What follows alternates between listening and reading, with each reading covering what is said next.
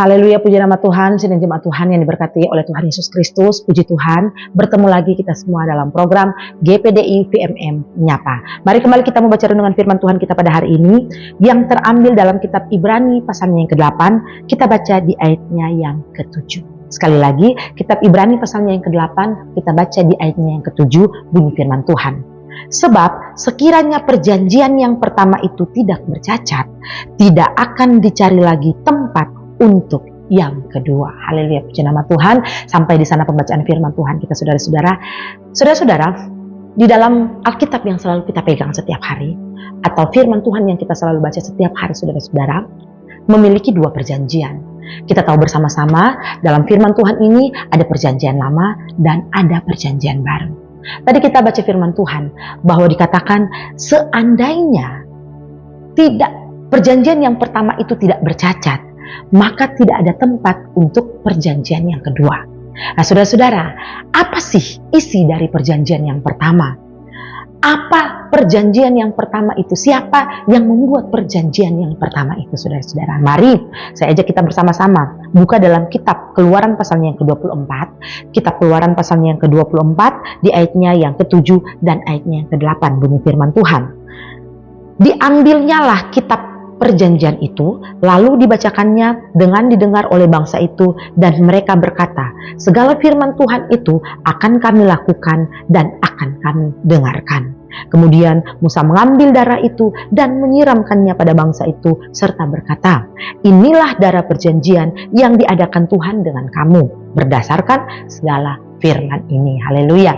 Jadi saudara-saudara, perjanjian antara Allah dan bangsa Israel terjadi di mana bangsa Israel berjanji mereka akan taat dan melakukan apa yang menjadi perintah Allah, apa yang menjadi isi kitab perjanjian itu, saudara-saudara.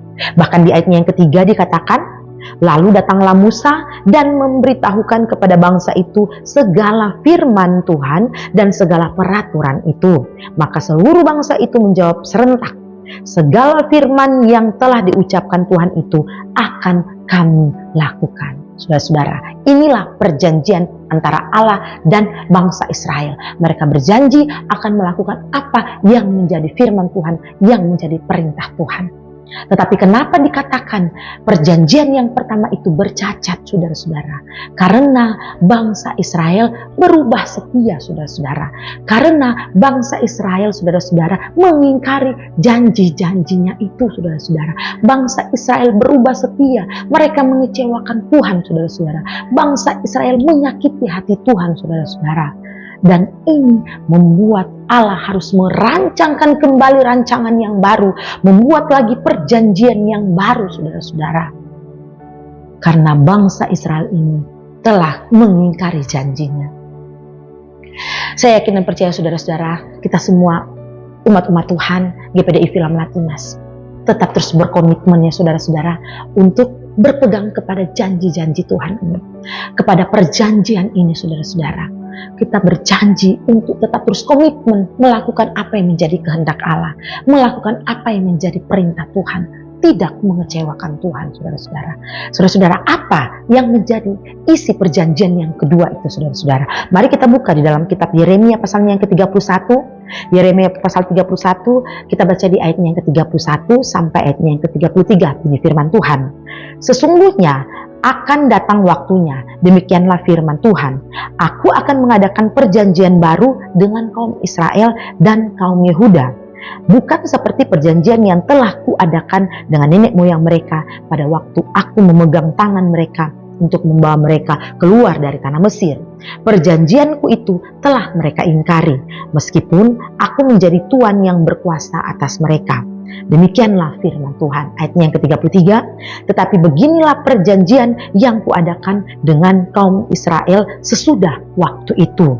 Demikianlah firman Tuhan, aku akan menaruh Tauratku dalam batin mereka dan menuliskannya dalam hati mereka.